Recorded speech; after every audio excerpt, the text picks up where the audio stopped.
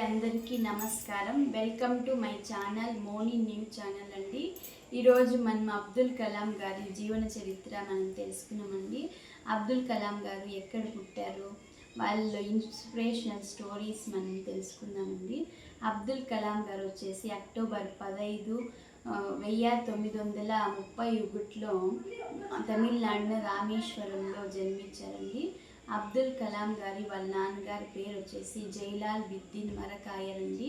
అలాగే అబ్దుల్ కలాం గారి అమ్మగారి పేరు వచ్చేసి ఆయిషమ్మ జైలాల్ ఉద్దీన్ అండి. అబ్దుల్ కలాం గారు వాళ్ళ నాన్నగారికి వచ్చేసి మొత్తం 5 సంతానం అండి. అక్కడే ఉన్న ఒక మసీదులో హజ్రత్గా పనిచేసేవాళ్ళండి. అలాగే ఇంకా వాళ్ళకి ఒక అడుగు ఉండేదండి, బోట్ ఉండేది. దాన్ని నడిపి వాళ్ళు జీవనాన్ని, వాళ్ళ కుటుంబాన్ని పోషించేవాళ్ళండి. ఆయిషమ్మ అబ్దుల్ కలాం గారి అమ్మగారు వచ్చేసి ఇంటి గృహిణిగా ఉండేవాళ్ళండి. అబ్దుల్ కలాం గారి నాన్నగారికి వచ్చేసి మొత్తం 5 మంది సంతానం అండి. అబ్దుల్ కలాం గారు చాలా పేదరికం కుటుంబంలో పుట్టారండి. వాళ్ళు పేదరికం కుటుంబంలో పుట్టినా కూడా ఏ రోజు వాళ్ళు చదువుకునేదానికి వెనుకడుగు వేయలేదండి. అబ్దుల్ కలాం గారు వచ్చేసి వాళ్ళు ఎక్కడ బాల్యం చదువుకున్నారంటే అండి, షార్ట్ హయ్యర్ సెకండరీ స్కూల్లో రామ్నాథ్పురంలో వాళ్ళు స్కూల్లో గడిచిందండి, ప్రైమరీ స్కూల్ అంతా. ఒకరోజు అబ్దుల్ కలాం గారు వచ్చేసి వాళ్ళ స్కూల్కి వెళ్ళి వాళ్ళ క్లాస్ రూమ్కి వెళ్ళే బదులు వేరే క్లాస్ రూమ్కి వెళ్ళారండి. అక్కడున్న మ్యాథ్స్ టీచర్ వచ్చేసి, నీకు మీ క్లాస్ రూమ్కి వెళ్ళేదే తెలీదు, ఇంకా నువ్వు చదివిండేది ఇంకేం గుర్తుపెట్టుకుంటావు, ఏం చదువుతావు అని అబ్దుల్ కలాం గారిని కొట్టారండి. ఆ ఇన్సిడెంట్ అబ్దుల్ కలాం గారికి చాలా మైండ్లో ఉండిపోయిందండి. ఒకరోజు ఇలాగే పరీక్షలు వచ్చాయి, ఎగ్జామ్స్ వచ్చాయి.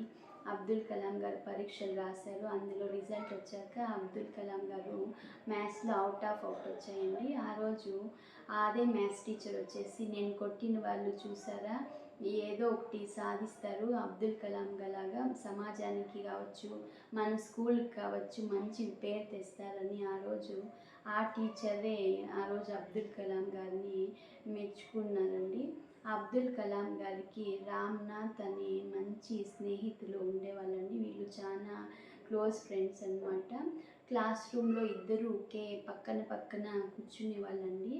రామ్నాథ్ గారేమో వాళ్ళు బ్రాహ్మణుడండి. అలాగే ఇక్కడ అబ్దుల్ కలాం గారేమో ముస్లిం అన్నమాట. వీళ్ళు పక్కన కూర్చోవడం గమనించిన వీళ్ళు టీచర్ వచ్చేసి, నువ్వేమో ముస్లిము, ఎందుకు రామ్నాథ్ గారి పక్కన కూర్చుంటున్నావు అనేసి అడిగాడండి. ఆ రోజు అబ్దుల్ కలాం గారు చాలా బాధపడ్డారు.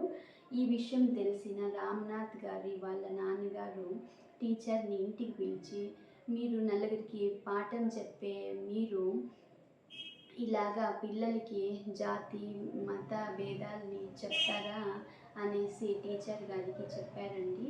టీచర్ గారు వాళ్ళ తప్పుని తెలుసుకుని అబ్దుల్ కలాం గారికి క్షమాపణ చెప్పారండి.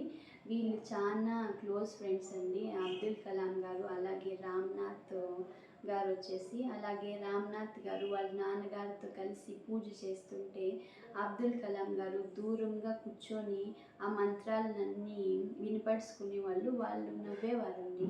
వాళ్ళు ఏ రోజు కూడా మనకి వ్యతిరేకం కాదు.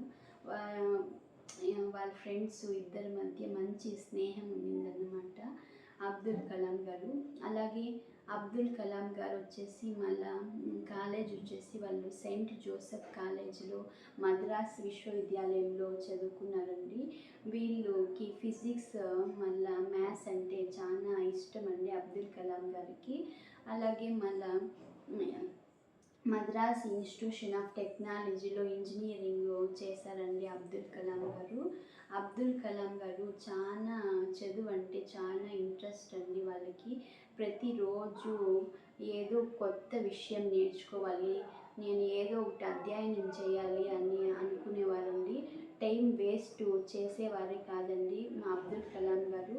వాళ్ళకి చదివిచ్చే స్తోమత లేకపోయినా వాళ్ళ అమ్మగారికి అబ్దుల్ కలాం గారి వాళ్ళ చదువు మొత్తం స్కాలర్షిప్లో చదువుకున్నారండి ఫ్రీగా. ఏ రోజు మనకి డబ్బులు లేవు మనం చదవలేము అని చెప్తారండి. చాలామంది రీజన్స్ ఇస్తారండి. మనం చదువుకోవాలి అని మనకి దృఢంగా ఉంటే మనం ఎలాగైనా చదువుకోవచ్చు అని అబ్దుల్ కలాం గారు నిరూపించారండి మనకి. అబ్దుల్ కలాం గారు వాళ్ళ బుక్స్లో రాసుకున్నారండి, మన భారతదేశము పూర్ కంట్రీ కావచ్చు కానీ మన భారతీయుల ఆలోచనలు మట్టుకు పూర్ కాదు, మనం తెలుసుకుంటే ఏమన్నా సాధించగలము అని అబ్దుల్ కలాం గారే చెప్పారండి. అబ్దుల్ కలాం గారు ఇలాంటి మంచి వ్యక్తులతో మనం ఇన్స్పిరేషన్గా తీసుకోవాలండి మనము. అలాగే అబ్దుల్ కలాం గారు వచ్చేసి 1954లో మద్రాసు విశ్వవిద్యాలయంలో సెయింట్ జోసెఫ్ కాలేజ్లో వీళ్ళకి సైన్స్ అండ్ ఫిజిక్స్లో పదవి ఇచ్చారండి. అలాగే 1960లో మద్రాస్ విశ్వవిద్యాలయ ఇన్స్టిట్యూట్ ఆఫ్ టెక్నాలజీలో ఎయిర్ స్పేస్ ఇంజనీరింగ్ పదవి వచ్చిందండి వీళ్ళకి. అబ్దుల్ కలాం గారికి మన భారతదేశం ఇంకా చాలా పురస్కారాలు లభించాయండి వీళ్ళకి. 1981లో వీళ్ళకి భారత పద్మ భూషణ్ అవార్డు వచ్చిందండి. అలాగే 1990లో వీళ్ళకి భారత పద్మ విభూషణ్ అవార్డు ఇచ్చారండి. అలాగే 1997లో మనకి భారత రత్న ప్రశస్తి ఇచ్చారండి మనకి అబ్దుల్ కలాం గారికి వచ్చేసి. అలాగే మనకి 1998లో మనకి భారత సర్కార్ ఇంకా వాళ్ళకి వీర సవర్కర్ అనే అవార్డు వచ్చిందండి. అలాగే 2007లో వాళ్ళకి రాయల్ సొసైటీ రెండనే కింగ్ చార్ల్స్ యూకే ఇంకా వాళ్ళకి పదవి వచ్చండి. ఇలా అనేక పురస్కారాలు వాళ్ళకి వచ్చాయండి. అలాగే అబ్దుల్ కలాం గారికి చాలా మంచి హ్యాబిట్స్ ఉన్నాయండి. వాళ్ళ బుక్స్ చదివే వాళ్ళండి. అలాగే వీణ వాయించేవాళ్ళు. అలాగే భారత శాస్త్రీయ సంగీతం వినేవాళ్ళండి వాళ్ళు. అలాగే వాళ్ళు వచ్చేసి ఒక పిల్లల స్కూల్స్ కాలేజెస్కి విజిట్ చేసి వాళ్ళు మంచిగా ఇన్స్పిరేషన్గా మోటివేషన్గా చెప్పేవాళ్ళండి పిల్లలకి. అబ్దుల్ కలాం గారు వచ్చేసి ఏ రాజకీయ అనుభవం లేకపోయినా డిఆర్డిఓగా పనిచేసి వాజ్పేయి అలాగే కాంగ్రెస్ నేతృత్వంలో రాష్ట్రపతి అయ్యారండి. మనకి 11వ రాష్ట్రపతిగా మనకి అబ్దుల్ కలాం గారు వచ్చారండి. అబ్దుల్ కలాం గారు ఒక రాష్ట్రపతి అయ్యింది. వాళ్ళకి రాష్ట్ర భవనంలో విలాసమైన జీవనం ఉండేదండి. కానీ అది ఏది వాళ్ళు నాకొద్దు అని తిరస్కరించారండి. ఒక రూమ్లోనే ఉండేసి వాళ్ళ జీవనాన్ని గడిపారండి. వాళ్ళు ఏ రోజు నేను రాష్ట్రపతి అని గర్వం లేదండి. అక్కడున్న వాళ్ళతో పాటు పనిచేస్తే వర్కర్స్తో వాళ్ళు కూడా కింద కూర్చొని అన్నం తినేవాళ్ళండి. అలాంటి డౌన్ టు అర్త్ పర్సన్ అండి మనం అబ్దుల్ కలాం గారు వచ్చేసి. ఇలాంటి పర్సన్ ఇంకా వ్యక్తుల్ని ఇంకా మనం నేర్చుకోవాలండి. ఇప్పుడుండే యూత్ కావచ్చు, పిల్లలు కావచ్చు, ఎలా ఉన్నారు వాళ్ళు ఇన్స్పిరేషన్గా తీసుకోవచ్చండి. అబ్దుల్ కలాం గారు ఎంత బిజీగా ఉన్న రాష్ట్రపతిగా వాళ్ళకి వచ్చే ఉత్తరాలన్నీ చదివి వాళ్ళే ఆ ఉత్తరాలకన్నీ ఉత్తరం రాసి పంపేవాళ్ళండి. అంత బిజీ షెడ్యూల్లో కూడా అబ్దుల్ కలాం గారి ఆస్తిలో వచ్చేసి ఏవో తెలుసండి. ఒక 2500 పుస్తకాలు, ఒక 6 షర్ట్స్, 4 ప్యాంట్స్, 3 షూట్లు, ఒక వీణ, ఒక వాచ్, ఒక వాళ్ళ అప్ప గారు ఇచ్చిన ఒక సన్న సైట్ అండి. ఇదేనండి వీళ్ళ ఆస్తి వచ్చేసి. ఏం కూడా లేదండి వీళ్ళ ఆస్తి. అబ్దుల్ కలాం గారు మనసు చేసుకొని ఉంటే ఎంత ఆస్తి కూడబెట్టగలరండి ఒక రాష్ట్రపతి. అయినా కూడా వాళ్ళు ఏమీ తీసుకోకుండా మన భారతదేశానికి సేవ్ చేశారండి. ఇలాంటి వ్యక్తులు ఇంకా మనం నేర్చుకోవాలండి, నేర్చుకోవాలండి మనము. అబ్దుల్ కలాం గారు వచ్చేసి ఒక వ్యక్తి, ఒక సైంటిస్ట్ అండి తను. ఈరోజు మన ఇస్రో ఇన్ని ఎక్స్పెరిమెంట్ చేసిందంటే దానికి పునాది వేసింది అబ్దుల్ కలాం గారు అండి. అబ్దుల్ కలాం గారు ఒక సైంటిస్ట్ అండి. వాళ్ళు ఒక సైంటిస్ట్, ఒక ప్రొఫెసర్ అండి. వాళ్ళు బుక్స్, కవి అండి. వాళ్ళు బుక్స్ కూడా రాసేవాళ్ళండి. వాళ్ళు వీణ వాయించేవాళ్ళండి. వీళ్ళకి చాలా మంచి హ్యాబిట్స్ ఉన్నాయండి. అబ్దుల్ కలాం గారికి వచ్చేసి ఒక మోటివేషనల్ మంచి స్పీకర్ అండి. వీళ్ళు క్లాసెస్, స్కూల్స్కి, కాలేజెస్కి విజిట్ చేసి మంచిగా చెప్పేవాళ్ళండి పిల్లలకి అందరికీ. అబ్దుల్ కలాం గారు వచ్చేసి, అబ్దుల్ కలాం గారు కొన్ని బుక్స్ రాశారండి వీళ్ళు. ఆ బుక్స్ ఏంటో చూద్దామండి మనము.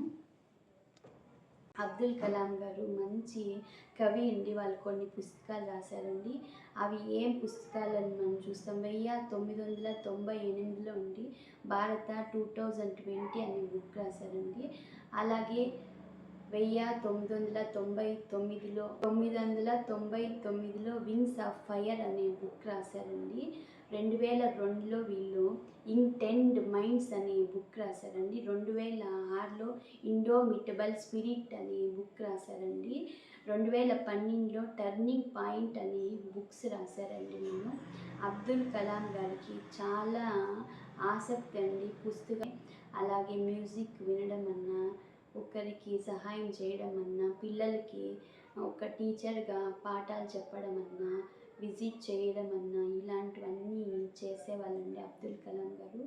అబ్దుల్ కలాం గారు వచ్చేసి వాళ్ళు ఎక్కడ చనిపోయారంటే అండి 27 జూలై 2015లో షిలాంగ్ అనే ప్రదేశంలో చనిపోయారండి.